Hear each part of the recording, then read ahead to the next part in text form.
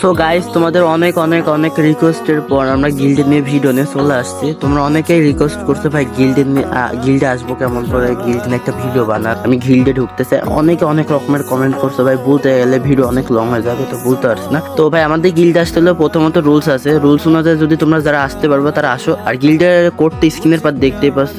তো রুলস গুলো বলি। প্রথমত রুলস হলো আমাদের ভালো বিহেভ হওয়া লাগবে, মানে ভালো ব্যবহার হওয়া লাগবে। দ্বিতীয়ত তোমার আফতার ব্যানার নাম চেঞ্জ করা লাগবে। তৃতীয়ত তোমার আমাদের মেসেঞ্জার গ্রুপ আছে, সেই মেসেঞ্জার গ্রুপে অ্যাড হওয়া লাগবে। চতুর্থ তোমার ডেইলি 1000 করে অ্যাক্টিভ পয়েন্ট করা লাগবে, 1000 বা 500 অ্যাক্টিভ পয়েন্ট করা লাগবে।